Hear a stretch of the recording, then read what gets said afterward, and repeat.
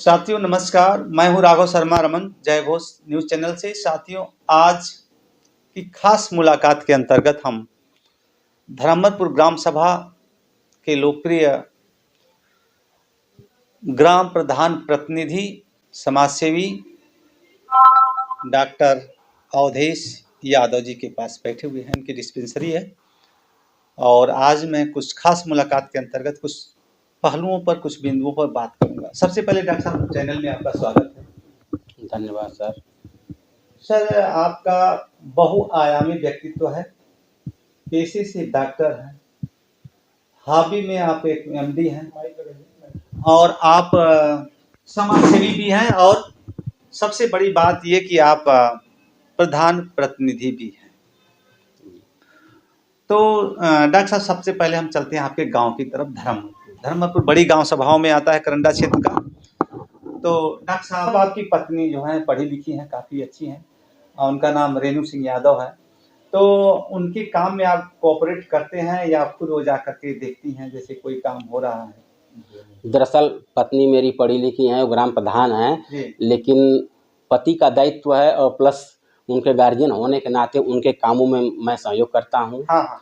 और वो अपना काम बखूबी कर लेती हैं। हाँ। जहाँ आवश्यकता होती है वहाँ वो जाती हैं। जैसे हमारे यहाँ पंचायत भवन बना हुआ है, वहाँ कोई मीटिंग हो उसमें वो उपलब्ध रहती हैं, या किसी भी प्रशासनिक कार्य में उनकी आवश्यकता होती है तो डॉक्टर साहब, हम कहना चाहेंगे, सुना जाता है कि हमारे यहाँ जितनी भी गांव सभाएं करंडा में हैं, उनमें से बहुत कम ऐसे गांव सभाएं जहां की जो सचिवालय बने हैं आपके जैसे सचिवालय न।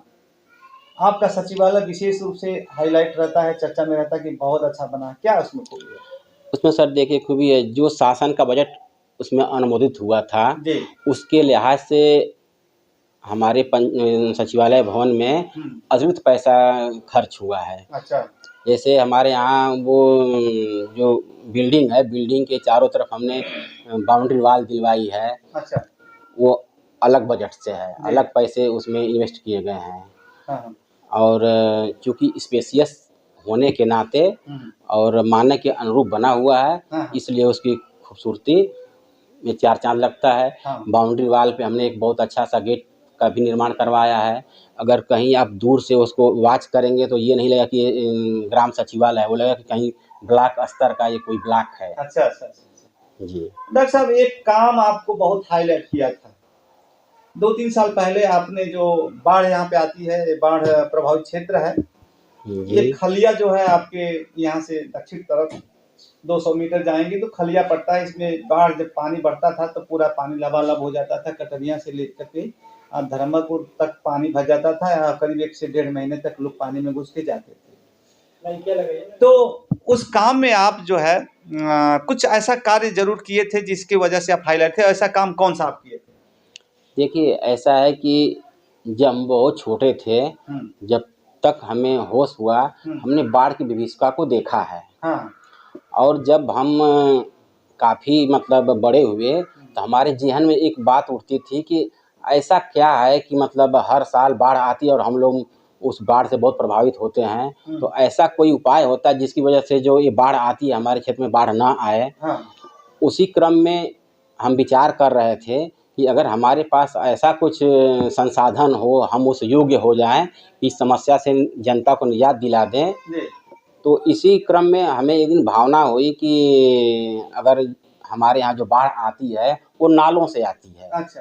तो अगर उन नालों को हम बंधवा दें और उस नाले को बांधने के बाद अगर गंगा जी के करार के ऊपर भी अगर 3-4 फीट की मट्टी डाल करके बंधा बना दिया जाए तो जो छोटी बाढ़ आती है, हर साल आती है, वो बाढ़ नहीं आएगी। रह गया साल बाढ़ की तो गंगा को कौन बांध सकता है?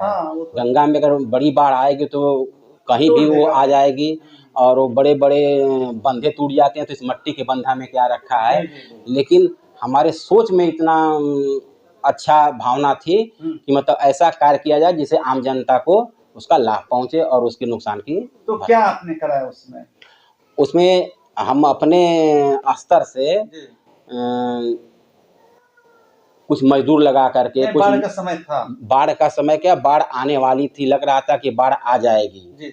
लेकिन बाढ़ के आने से 10 दिन पहले हमने उस पर कार्य लगवाया और मजदूर से लेकर कुछ मशीनरी का उपयोग करके और काफी प्रयास किया गया, दिन रात मेहनत की गई, तब जा करके जो है मतलब वो कितना मीटर लंबा था वो बंधा? अब तो लमसम 3 किलोमीटर के एरिया में वो बंधा है, 3 किलोमीटर एरिया में है।